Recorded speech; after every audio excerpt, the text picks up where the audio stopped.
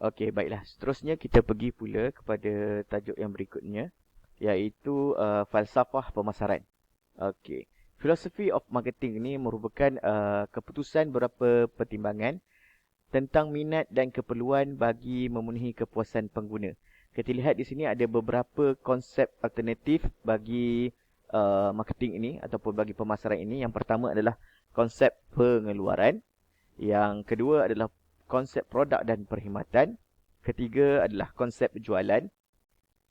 Keempat, konsep pemasaran ataupun kepenggunaan. Dan seterusnya yang kelima adalah konsep kemasyarakatan. Okey, jadi sekarang kita akan pergi satu persatu konsep-konsep yang dinyatakan ini. Yang pertama adalah konsep pengeluaran. Okey. Pengeluaran ini bermaksud konsep yang menekankan usaha untuk tingkatkan kecekapan pengeluaran dan agihan. Konsep ini sesuai apabila permintaan melebihi penawaran. Okey. Ini kalau kita belajar dalam marketing ni ataupun ekonomi, dalam subjek ekonomi, dia panggil tentang supply and demand. Supply adalah penawaran, demand adalah permintaan. Jadi apabila permintaan melebihi penawaran. Okey, permintaan ni contohnya pengguna lah. Kita ambil contoh sebagai yang senang cerita musim perayaan. Permintaan untuk dapatkan ayam mentah meningkat dengan mendadak. Jadi penawaran ataupun produk itu sendiri, pengeluaran ayam di pasaran tidak dapat menampung permintaan yang mendadak tu tadi. Jadi ini akan menyebabkan kos pengeluaran tinggi, maka kita perlu ataupun pengeluar, ini kita khususkan kepada pengeluar, pihak yang membekalkan barangan. Okey, pihak yang pembekal perlu tingkatkan produktiviti untuk turunkan kos pengeluaran. Sebab permintaan terlampau tinggi, banyak orang nak ayam tadi. Jadi pembekal, pengilang, pengedar semua kena tingkatkan produktiviti. Kena keluarkan lebih banyak ayam untuk turunkan kos. Okey, itu yang kita panggil sebagai yang pertama konsep pengeluaran. Seterusnya kita tengok yang kedua pula adalah konsep produk dan perkhidmatan. Dalam konsep ini dikatakan pengguna lebih gemar kepada produk yang berkualiti tinggi, pelbagai reka bentuk, berprestasi tinggi dan ditawarkan dengan harga yang mampu beli. Ini memang kita kata asas lah bagi seseorang pengguna. Kita contohnya diri kita sendiri ni sebagai pengguna, mesti kita nakkan sesuatu barang yang ada kualiti, barang yang prestasinya tinggi, okey, cantik, design macam-macam, pelbagai, dan pada masa yang sama mestilah harganya mampu milik. Nak dahsyat lagi, harganya mesti murah. Itu biasa kita. Kalau sekarang ni kita letakkan diri kita sebagai pengguna, memang itu yang kita nakkan. Nak yang kualiti tapi harga mesti murah. Itu memang susah nak dapat lah. Biasanya barang-barang yang berkualiti tinggi ataupun barang yang berjenama, ada pelbagai rekaan dan sebagainya yang ada nama, mesti datang dengan harga yang tinggi. Jarang kita dapat barang berkualiti, cantik, menarik tapi harganya sangat murah. Itu jarang. Tapi itu yang dikatakan dalam konsep produk dan perkhidmatan. Kita sebagai pengguna memang hendakkan barang yang cantik, murah, berkualiti. Semuanya grade A semua. Okey. Okey, yang ketiga adalah konsep jualan. Tengok di situ dalam slide tu tulis pelanggan tidak akan membeli dan menggunakan sesuatu barangan dan perkhidmatan melainkan penjualan keras dan usaha promosi yang kuat dilaksanakan. Okey, apa yang dimaksudkan dengan penjualan keras? Kalau kamu semua biasa biasa tengok di Facebook ataupun di mana-mana kelas marketing yang dianjurkan, ataupun bila kamu belajar lebih lanjut lagi dalam bidang marketing ni, dia ada satu istilah yang dipanggilkan yang digelar sebagai hard sell ataupun soft sell. Hard selling ataupun soft selling. Hard selling ni yang kita maksudkan dengan penjualan keras. Penjualan keras ni kata mudah dia ibarat macam kita paksalah orang tu beli. Sebaliknya soft sell ataupun penjualan lembut, penjualan halus, kita jual secara tidak langsung. Senang cerita macam ni. Contoh yang mudah, cikgu ambil situasi kita lah. Kita di bengkel, kita kelas memasak, kita buat jualan selepas kelas, betul? Okey. Jadi, penjualan keras ni boleh diibaratkan sebagai bila kamu, sesiapa yang pergi menjual tu dengan cikgu-cikgu, pergi masuk bilik guru, terjah hari bilik guru, cakap, cikgu nak beli tak? Hari ni kami ada jual sekian, sekian, sekian. Itu diistilahkan sebagai penjualan keras. Bermaksud, direct to the point. Nak beli tak? Aku ada jual ni, kau nak beli tak? Penjualan keras. Dan usaha promosi yang kuat. Bermaksud sentiasa promote. Hari-hari cakap kat member. Kalau di Facebook, kalau kamu tengok, kot-kot ada member yang berjual kan, hari-hari up status. Jual itu, jual ini, hari-hari beli, gunalah produk ini, gunalah ini. Hari-hari dia promote. Itu penjualan keras. Manakala istilah soft sell ataupun penjualan lembut adalah penjualan yang secara tidak langsung. Okey. Kamu pergi nak menjual hari ni, ada kelas amali bengkel, dah siap masak apa semua. Kamu masuk bilik guru dengan tujuan nak jumpa cikgu. Okey.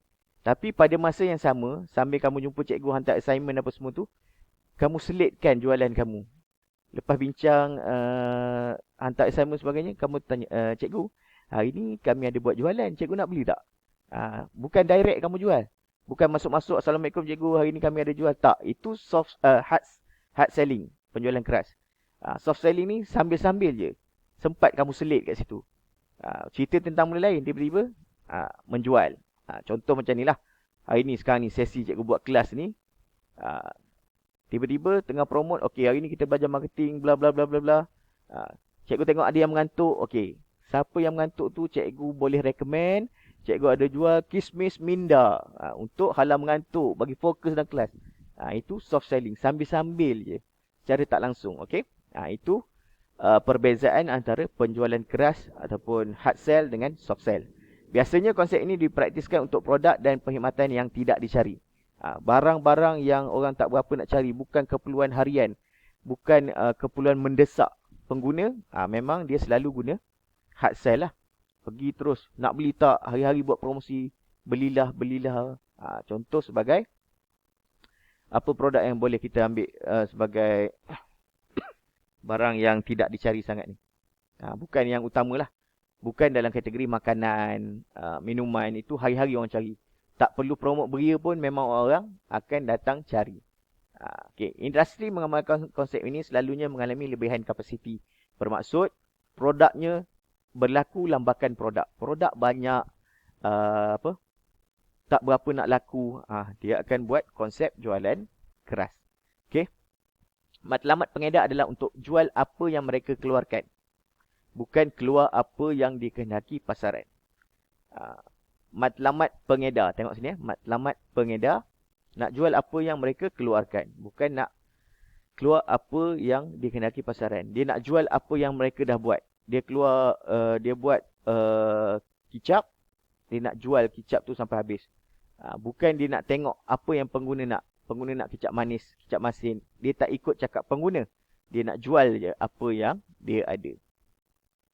Sebab tu apabila berlakunya lambakan, orang tak cari produk yang dia nak jual tu, orang tak berkehendakkan produk yang dijual tu, maka berlakulah penjualan keras ni tadi.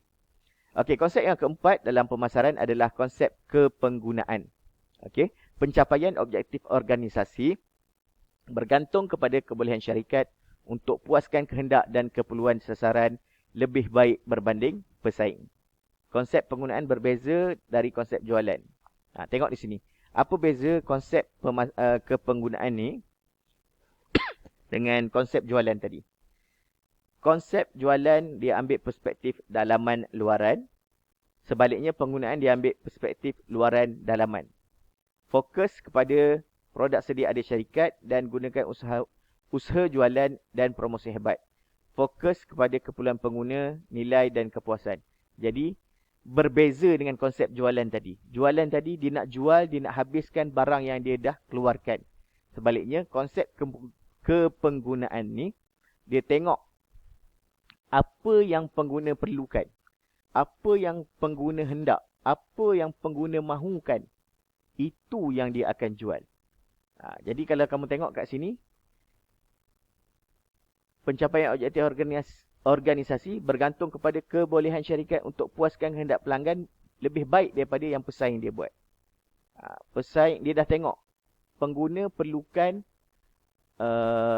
makanan. Okey, dalam konsep kita ambil yang mudah, kita tak perlu ke pasaran luar, pasaran antarabangsa.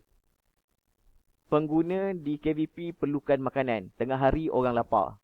Okey. Kamu ada kebolehan untuk memasak dan menjual makanan. Dan kamu boleh berjaya sekiranya kamu buat lebih baik daripada pesaing kamu. Siapa pesaing kamu di KVP? Pesaing kamu ada dua. Satu koperasi, satu kantin. Kantin makanan dia terhad. Dia jual nasi lemak, mihun, mi goreng cukup. Tapi kamu ada kelebihan iaitu kamu jual mungkin masakan western, masakan Cina, masakan India, pelbagai. Okey. Itu kelebihan dalam konsep kepenggunaan ini. Jadi mungkin kamu akan berjaya di situ. Okey. Yang terakhir dalam konsep pemasaran ini adalah konsep kemasyarakatan. Jadi apa yang dikatakan kat sini ialah usaha untuk penuhkan keperluan dan kehendak pengguna dan meletakkan kesejahteraan masyarakat sebagai asas utama. Keseimbangan antara keperluan pengguna semasa dan keperluan masyarakat jangka panjang perlu dicapai. Yang ini dia fokus kepada keperluan ataupun kemaslahatan masyarakat. Dia nak jual produk, dia pastikan dua perkara, iaitu dia tercapai, kehendak pengguna tercapai, masyarakat sejahtera, orang lain gembira. Dengan terjualnya barang dia mesti penuhkan dua syarat, iaitu keperluan pengguna dapat dicapai dan masyarakat sejahtera, iaitu semua orang gembira dengan apa yang dijual, semua orang boleh hidup dengan baik dengan barang, dengan produk yang mereka jual itu. Itu yang kita katakan sebagai konsep kemasyarakatan.